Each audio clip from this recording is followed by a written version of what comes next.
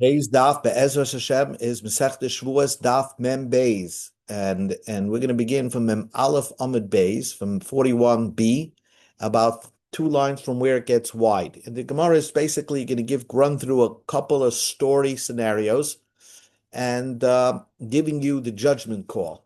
So the Gemara says like this: Ahu da Amalei Lechavi. There was a man that said to his friend, he loaned him money, right? A man loaned his friend money. Ki pratin, when you pay me back, pratin li be'api Reuven v'Shimon. I want you to pay me back only in front of Reuven v'Shimon.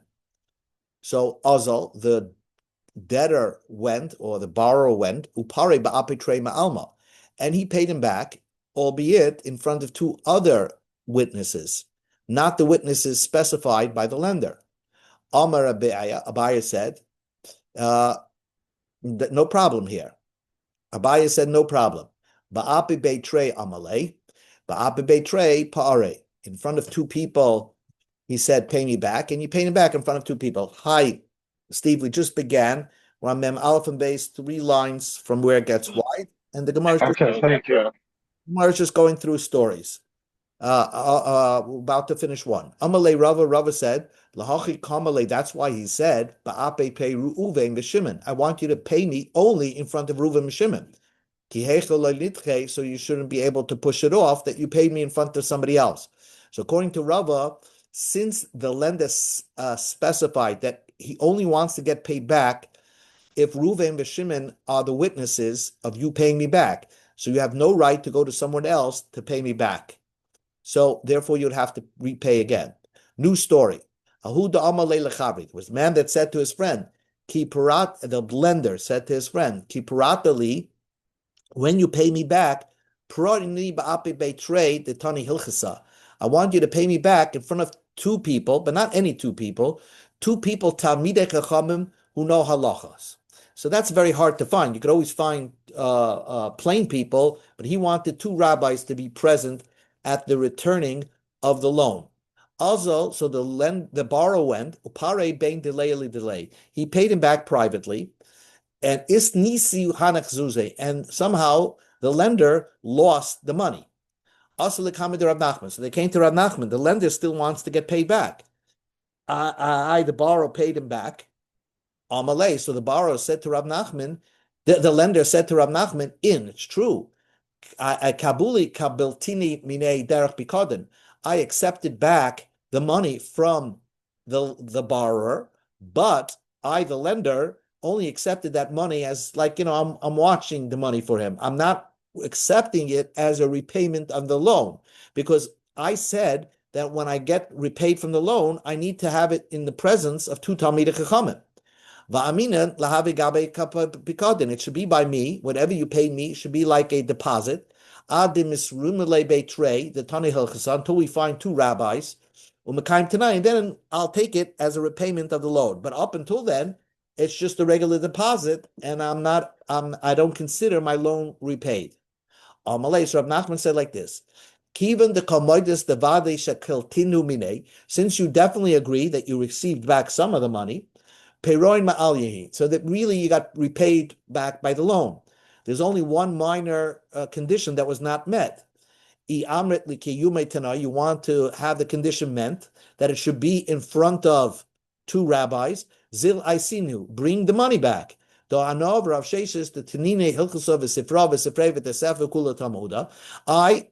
Rav Nachman, and Rav Sheshes, my partner over here, we know all the halachas, sifri, and the whole Talmud Bavli.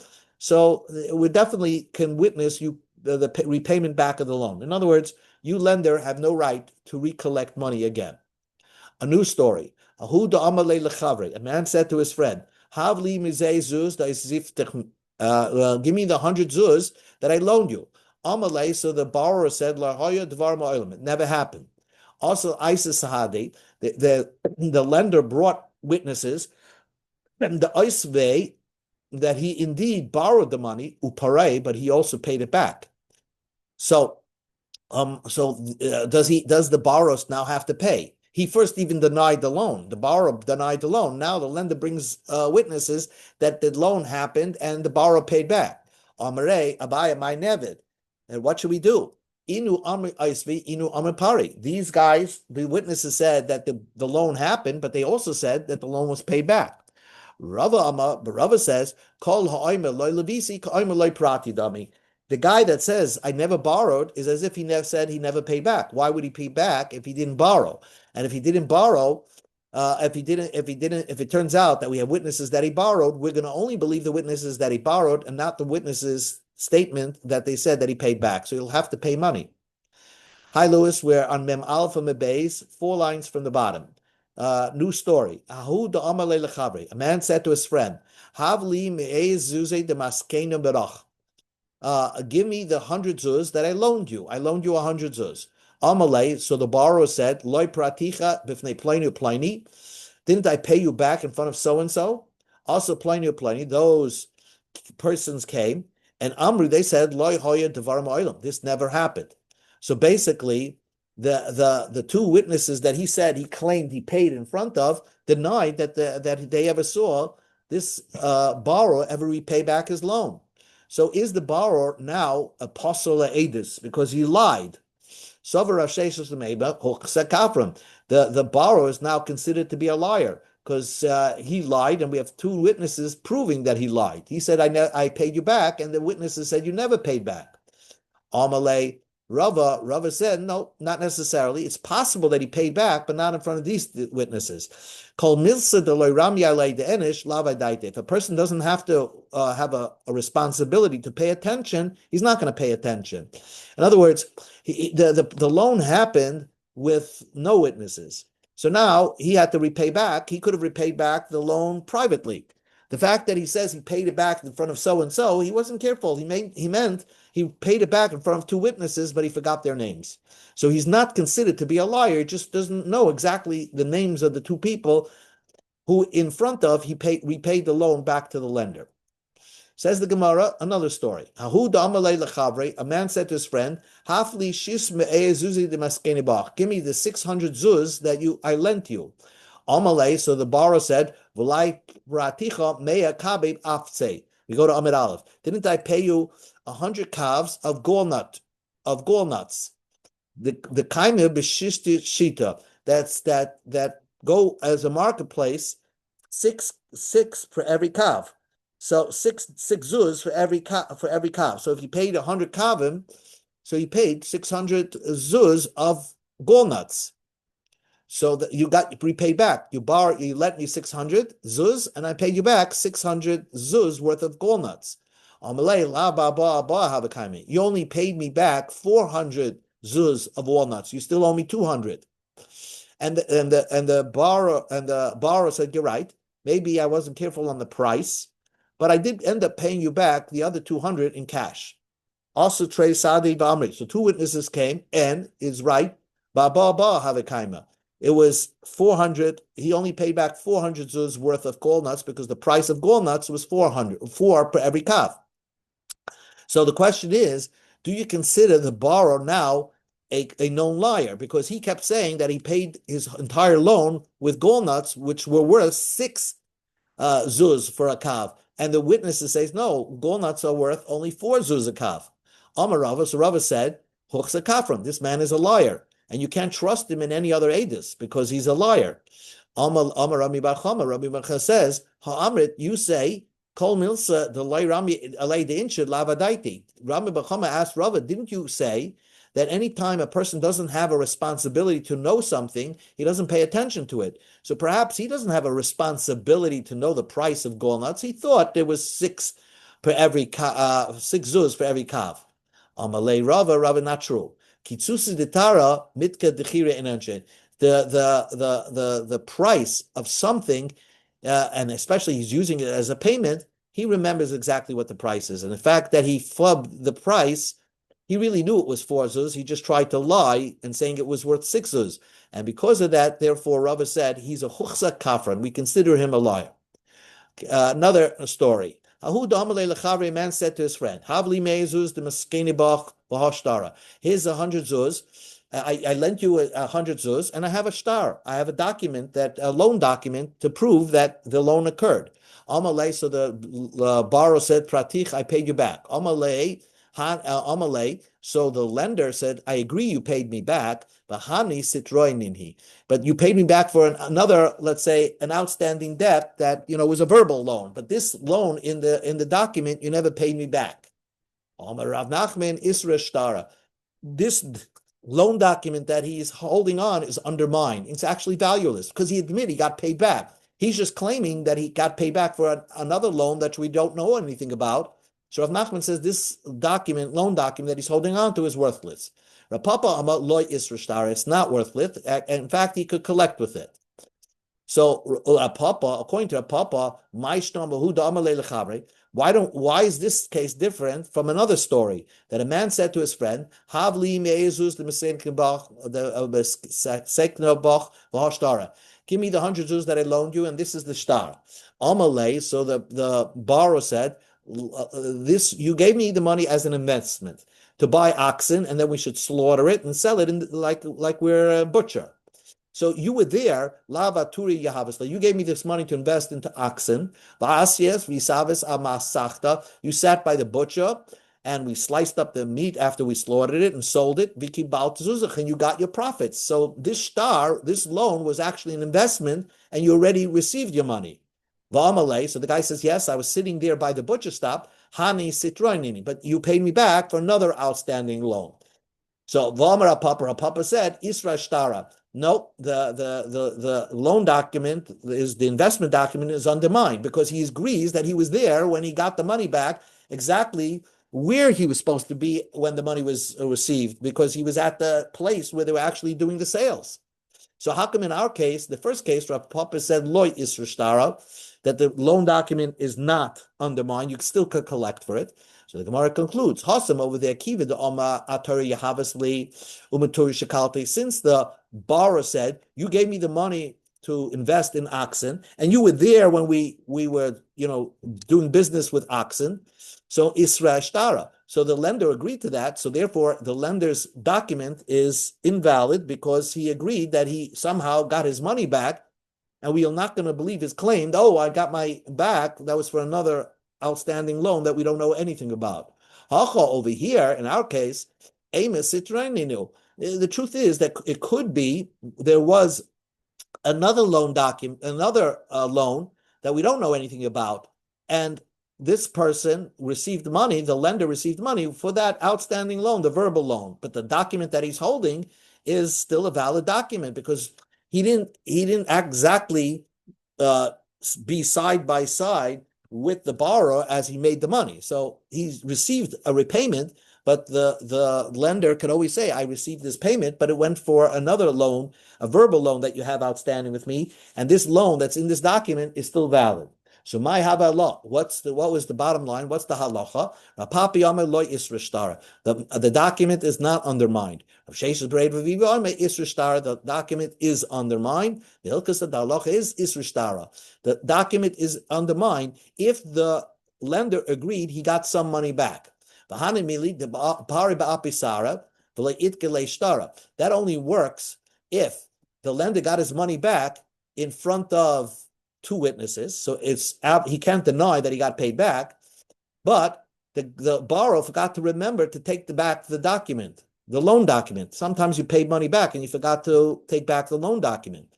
If the borrower just happened to pay the money privately back to the lender, so then the lender has the upper hand. Since the lender can say, "This you never paid me back," so therefore, then he could also say that, hey, I got the money back for a different loan. Like the story of Rabbi Meberabo, which is an exact story like this case, which he claimed that he got the money back for a different loan, and he could have said that I never got any paid back. So that's the bottom line. So the best thing is always to pay back your loans in front of witnesses. Next Gemara. A man said to his friend, a man said to the lender, listen, the borrower said, you'll always be believed no matter what.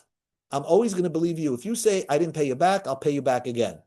Also, so then the borrower had witnesses that he paid back. Abayva Rava says that if the lender would say, override the witnesses and say, I never got paid back, well, the borrower said he'll always believe the lender, so then the borrower has to pay back because he believed the lender no matter what. Maskef Rapapa argued. He said, although the borrower claimed he would believe the lender no matter what, but to famous would he believe the lender to override witnesses? If there was witnesses that the borrower paid back, he would have never believed the lender. Another story. A person said, you believed, said to his lender, he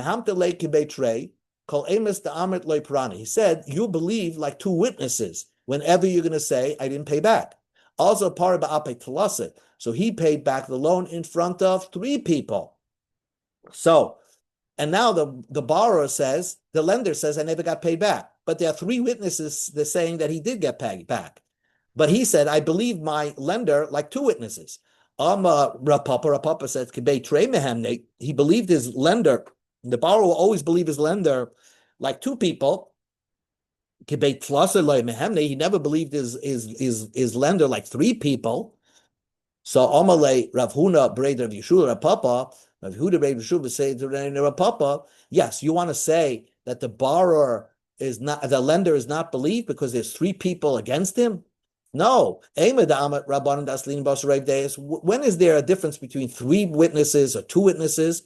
That's when you're trying to make an appraisal of an item. If you want to appraise a property, more opinions are better. The common benefit became tefei. As long as you have more opinions, that's better. A testimony may betray kameya. There's no difference if you have three witnesses or 100 witnesses; they're all the same.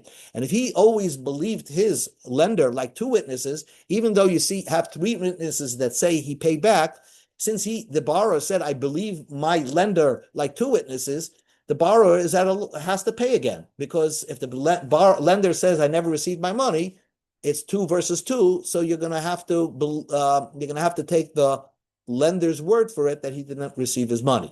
Lishnachrin, another version of this, same idea. You believe like two people whenever you say you didn't get paid back. So the borrower paid back in front of three people. He believed his lender like two people, but not like three people. So since we have three people on the borrower's side, so the borrower does not have to pay back. Isn't 2 like 100 and 100 like 2? What's the difference if you have 3 or 2? If you have 3 on the borrower side and 2 if the lender himself is believed like 2, it doesn't matter. You should always believe the lender. But concludes the Gemara, the Amalei kibeit lasa. If he says to the borrower said to the lender, I believe you like three people. The also pari ba'ape be'aba, and therefore the borrower paid back in front of 4 people. So now he has 4 witnesses says he paid back, but the lender says he never got money. But he says, I believe the lender like 3 people. Even the nachas l'deya, since he counted the opinions, nachas l'deya, so we count the opinions as well. And therefore you have 4 on the borrower side, and we consider the lender as a 3-person opinion. It's 4 versus 3. We're going to believe the borrower. Next Gemara. My tama. If let's say a katan gives a deposit, and now and then asks for his money back, and you're moida b'miktsas, you don't have to swear to a katan. Why not? Amakra, the pasuk says, "Kitin ish el re'eu kesav v'keil lishmor ve'enesin is katan kilum." If a katan gives you money or lends you money, and it's not considered anything. So even if you agree that the katan lent you money, it lent you $100, and now you're moida b'miktsas, you say, you only lent me $50, you will not have to swear, because the pasuk is clearly saying only if an adult lends the money, not a katan. Says the Gemara, but if a katan takes you to court, you have to swear to them. So the Gemara asks the apparent contradiction. You just told me in the beginning of the Mishnah, if a katan has a claim against you, you don't make a shavua moida b'miktsas. And now here the end of the Mishnah says you do swear to a katan. Amarav Rav says, Bevoa betanas of it. It's a katan that didn't do the loan. It's his father that did the loan, and the father died. And the katan says, my father lent you the money. And the guy says, okay, your father lent me the money, but I paid him back half. So then you would swear to the katan. Rabbi Lezer ben Yaakov, and our Mishnah goes according to Rabbi Lezer ben Yaakov. The Tanya, Rabbi Lezer ben Yaakov, Oimer, Pa'amim shada nishbal tanas atzmai. A person can swear even if he has no claimant against him. He's a Maida b'miktzas, he has no claim against him, and he'll swear, a Maida b'miktzas. Ketzad, how's that possible? If a man says to a little guy, and he says, your father loaned me money, and I paid him back half. So he loaned me $100, I paid him back 50. No one made a claim against him. He's just a Maida b'miktzas on his own, so he swears. That's the case, that you swear on your own volition. Since Chachamim say, if there's no claim against you, it's like you're returning a lost item. There was no claim. Who asked you to open your mouth? And the fact that you open your mouth, we're not going to make you swear. So the Chachamim say, you potter. So now, Rab Lezer ben Yaakov, Leslie Meshav Aveda potter. Rab Lezer ben Yaakov doesn't hold that common sense claim that the Chachamim say, if there's no claim against you, you walk over to a Yassim and say, hey, your father lent me $100, I paid him back 50. If you didn't open your mouth, nobody would have come against you. So why should you have to swear? What's the svara Rab Lezer ben Yaakov? Omarav, Rav says, Bishuta'ane katan. We're talking about, yes, there is a claim against you, but it's a minor. It's the Yasam himself that came to you and said, hey, my father lent you money. Katan, but if the katan is making a claim, right to the katan. Katan makes a claim against you, we just ignore it. The katan cannot make a claim against you. And says the Gemara, La'olam Gadol. It's really an adult kid. So why is he called a katan? V'amai karalu katan. Why is he called a katan? Because the Gabi Milli Davura Katanhu. He's considered a minor concerning the affairs of his father, because he really doesn't know what his father dealt with. So he's an adult. And he comes over to somebody and says, I think my father lent you money. And therefore the guy responds, hey, he lent me money, but I paid him back half. So on this, Rab Lezer ben Yaakov says, you have to make a shvuah Maida b'miktzas.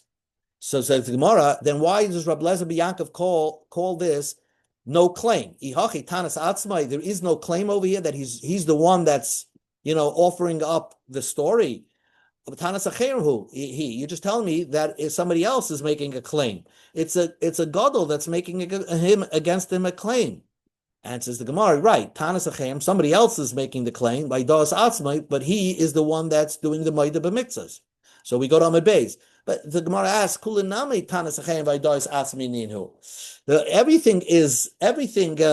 Every case is somebody making a claim for you against you, and you're Maida b'miktzah. So why does Rabbi Lezer ben Yaakov say Pa'amim? Sometimes you swear Haidas Asmai and Tanas Acherem. Every case of Maida b'miktzah is somebody makes a claim and you make a partial admission. Really,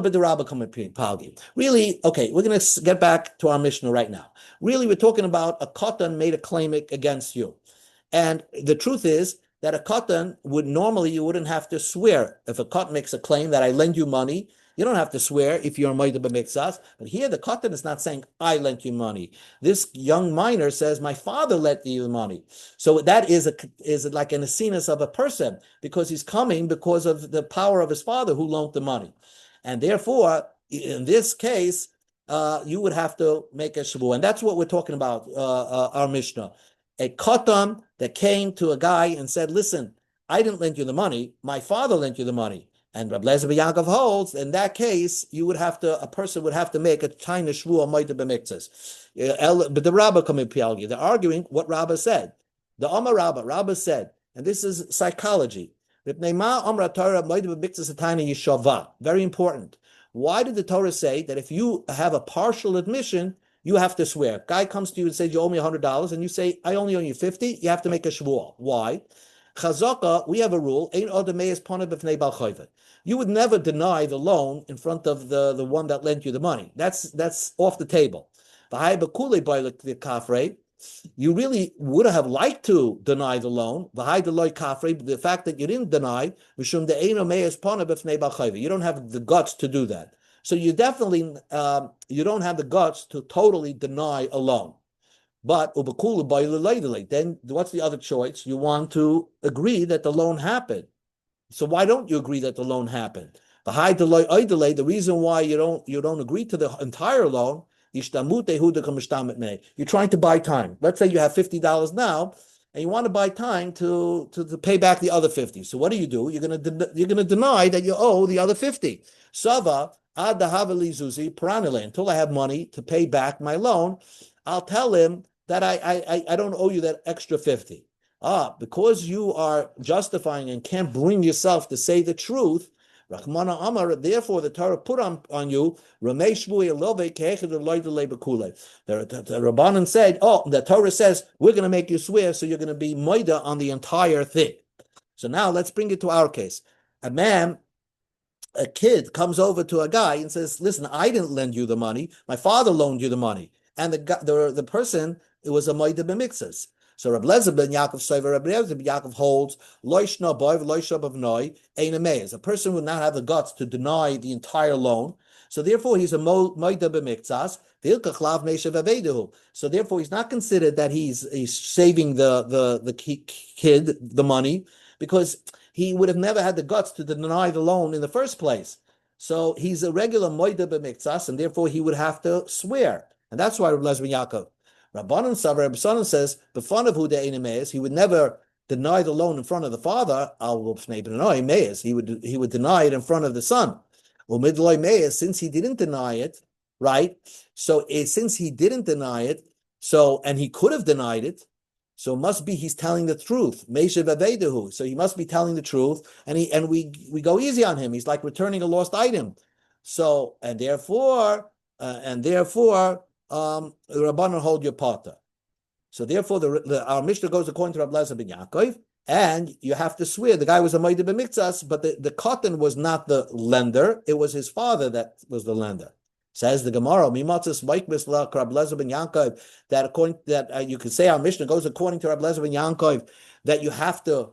If you're a moida b'miktzas to a son, to a yasim, to an orphan, for a loan that you took from his father, you would have to swear. Hakatani Reisha, but didn't the Reisha, the beginning of the Mishnah says, Mana la'aba biyadcha ein lecha biyadi al chamishim dina patam ipneshu meishav avedehu. Exactly that same case. A kid comes over to you and says, my father lent you $100, and you say you only owe 50, and the Mishnah says you're potter. So how could you say our Mishnah goes according to Reb Lezer ben Yaakov? And says the Gemara, Hasam delay amalei barili. By that case, we are potter, because the kid is saying, maybe my father lent you money. So he himself is not sure. So then you're potter from swearing. Hach over here, the Amabarile, but the case where Reb Lezer ben Yaakov is talking about, where the cotton says, I know for a fact that my father lent you money. In that case, if you're a moida b'miktzas, you have to swear. Another 2 minutes, and then we'll stop. We'll stop by the Mishnah. Shmuel says, to answer the contradiction. The contradiction is, why does our Mishnah say that you have to take a shvuah to a cotton? You told me that if a cotton lent you money and you're a moida b'miktzas, you don't make a shvuah. Shmuel says, la cotton. It's not that you're swearing to a cotton loaned you money, but you loaned the father of the cotton money, and you want to. You're a lender, and you are trying to claw back money that the father borrowed from you from the nichse yisoimim, from the possessions of the yisoimim. Lipar b'nichse cotton, lahagdish lipar b'nichse hagdish. So the Gemara says there. The Torah says the Mishnah says you have to take a shvuah. You can't just collect and foreclose on possessions belonging to Yisoyim without a shvuah. Don't we have we learned that somewhere? We have another case, I think it's in Masechta Ksubis, that you can't collect from Yisoyim's property unless you swear that the loan happened. So why do we need our Mishnah and Shavuos to tell you the same idea? And says the Gemara, our Mishnah is teaching you the Abaya Kashisha. The Tona Abaya Kashisha, the old Abaya taught us, Yishayimim Sha'amru, Gedolim Bein Tzarech Loim Ketanim, Bein Lishvua, Bein Lishvuras. It doesn't mean that the Yishayimim that we're saying that you're allowed to swear, that you have to swear, is even for Gedolim, even if they're adult Yishayimim. And for sure, if you're trying to take the property belonging to small under Bar Mitzvah orphans, you have to take a Shvuah. And therefore, you need both cases, both teachings to teach you that idea that you have to swear, and you could only take from the worst property. Normally, a lender takes from the medium property, but since you're dealing with Yisayim, you take even only from the worst property. One last thing, lahegdish, lipar menichse hegdish. In order to take from nichse hegdish, if you're lent money, you lent money to somebody, and the guy donated the money to hegdish, and you want to foreclose on a property, and the guy donated the property to hegdish. So you now go to hegdish and foreclose on hegdish's property. So you have to take a shvua. That's what a Mishnah means. Tanina, minachasim mishbadim leipara ela b'shvua. Mali mishbadim lehedim, mali mishbadim legvoya.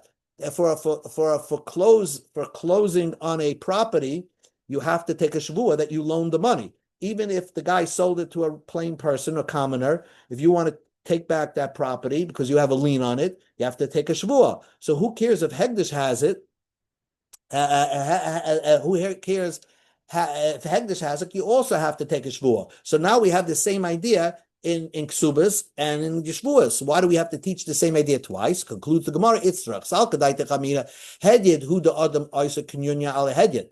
Al Hegdish, the ein adam oisa kinyunya ala Hegdish, kamash malam. By Hedyed, I could say there's some collusion over here because really the borrower paid back his loan, but he's going to claim that he didn't pay back his loan, so the lender could foreclose on the property of the commoner, and then they'll split that property. But Hegdish, a person doesn't do collusion against Hegdish. A person, thinks is dealing with a higher authority. Maybe the lender does not have to swear when he forecloses on Hegdish's property because of a lien. So we say also, even with Hegdish's property, you have to have a shavua. Finally, the Gemara says, Amar Ravuna, Shchimra, Hegdish, Kol Nechasas, money the plain biyad and nemer chazakam ein odom noisa kinyone al Hegdish, a shchimara that made all his items to Hegdish, and somebody says, oh, my property, that he had no right to do that, a guy on a deathbed had no right to do that because he owed me money, you could go take it from Hegdish without a shvua, because a person will not collude against Hegdish. And says the Gemara, Amri, Hanim Shchimara. If the person that donated the money, the borrower, was the guy on his deathbed, he's about to die, so he's not going to gain anything from colluding with the lender to get free money from Hegdish. But if he was a healthy man, we would consider him concerned about that. So therefore, we make the lender swear that he never got paid back, and only then can he foreclose against Hegdish. Okay, we'll stop by the Mishnah.